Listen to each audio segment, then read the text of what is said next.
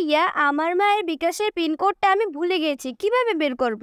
তাই তোমার মায়ের বিকাশের পিন নাম্বারটা যদি ভুলে যাও, অর্থাৎ তুমি যে কোনো সময় যদি পিন নাম্বার ভুলে যাও, তুমি চাইলেই আবার সেই পিন নাম্বারটা আবার উদ্ধার করতে পারবে। *247# দেওয়ার পর আপনার যে সিমে বিকাশ করা ওই সিমে আপনি ডায়াল করবেন। ডায়াল করার পর দেখেন অনেকগুলো অপশন কিন্তু চলে আসে। এখানে দেখতে পাচ্ছেন, নিচে দেখতে পাচ্ছেন 10 নম্বর লেখা আছে, দেখেন রিসেট পিন। আপনি এই বক্সের ভিতরে 10 লিখবেন, অর্থাৎ 10 লিখবেন, লেখার পর সেন্ড বাটন ট্যাপ দিয়ে দিবেন। এরপর আপনি যে নাম্বার দিয়ে বিকাশ খুলেছেন, আপনার যে নাম্বার ভোটার আইডি কার্ড দিয়ে ওই নাম্বারটা আপনি বসাবেন। এনআইডি কার্ডের নাম্বারটা বসিয়ে সেন্ড বাটন ট্যাপ দিয়ে দেবেন। ট্যাপ দেওয়ার পর আপনার এনআইডি কার্ডের যে জন্ম সনটা আছে, জন্ম সন আপনি এখানে বসিয়ে দিবেন।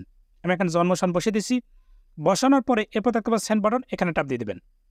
ট্যাপ দেওয়ার পর দেখেন অনেকগুলো অপশন কিন্তু চলে আসে। এখন লাস্ট 30 দিন আপনি কোনো লেনদেন করেছেন কিনা, যে লেনদেন করেছেন ওটা আপনি বসাবেন। আমি যেহেতু করি নাই, জন্য 7 নম্বর চুজ করলাম, এবার সেন্ড বাটন ট্যাপ দিয়ে দিলাম। এখন দেখেন আগে যে বিকাশের পিন নাম্বারটা ছিল সেটা রিসেট করে দিয়েছি। এখন একটা মেসেজ দেবে বিকাশ থেকে, দেখেন মেসেজটা অলরেডি চলে আসছে। আমি ওপেন করলাম, ওপেন করার পর দেখেন একটা পিন কিন্তু আমাকে অলরেডি দিয়ে দিচ্ছে। এই পিনটা আপনি মনে রাখবেন, খাতায় লিখে রাখবেন।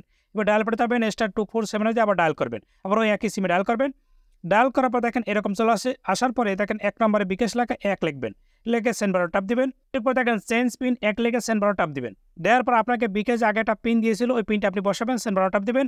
এবার নতুন করে 5 ডিজিটের একটা পিন বসাবেন, এলোপাতারি 5 ডিজিটের একটা পিন বসিয়ে সেন্ড বাটন ট্যাপ দিবেন। আবার নতুন করে কনফার্ম করবেন। এবার সেন্ড বাটন ট্যাপ দিলে দেখেন চেঞ্জ হয়ে গেছে।